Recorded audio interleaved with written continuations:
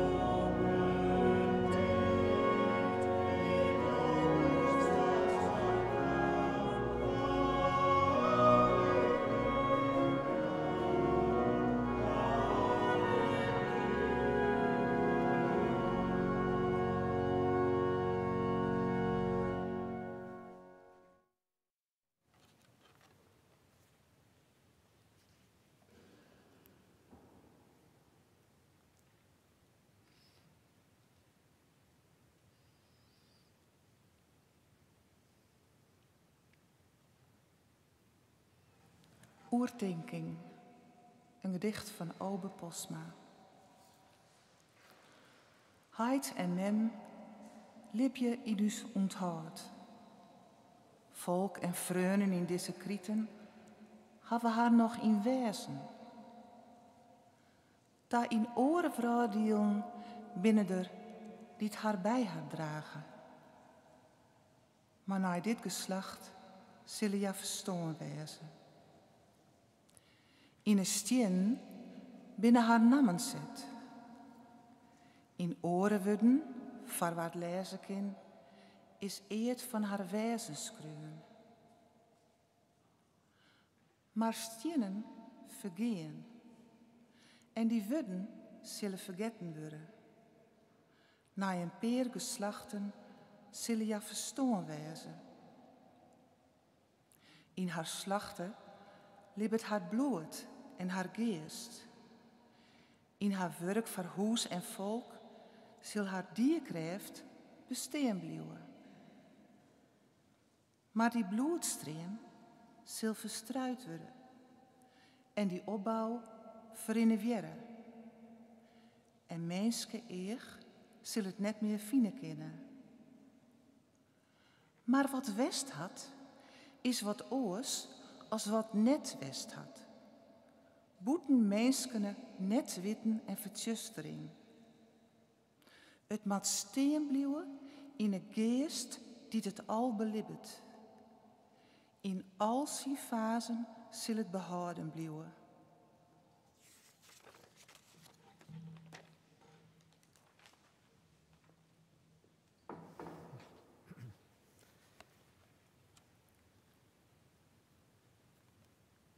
Jongen wij nou leert 905 vers 1 en 4.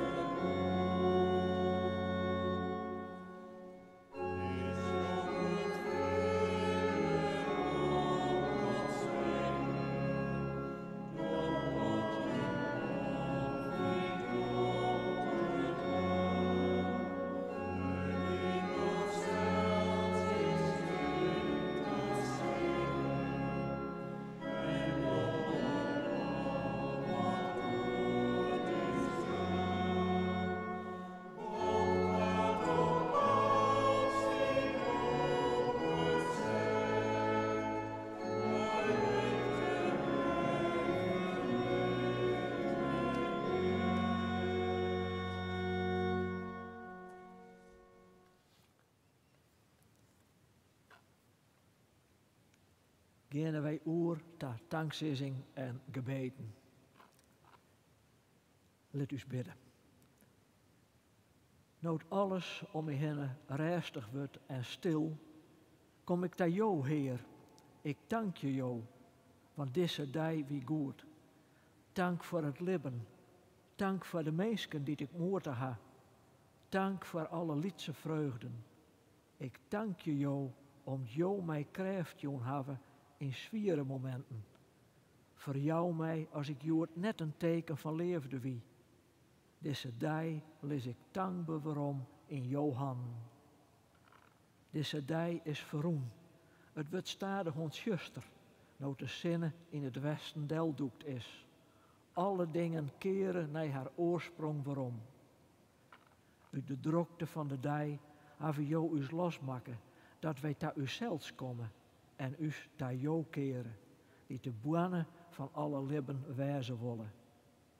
Wij brengen bij jou us gedachten en zwargen, us vragen en angsten, us vreugde, langstme en dank. Wollen jou het onrijtje met jou zuiverende nijten. In de stilte mag je alle dingen komen en gaan. Emoties en beelden gaan us door de holle. En als het denken even stilstaat, gaat us het hette iepen. En daarom komen wij nou in stil gebed tot jou.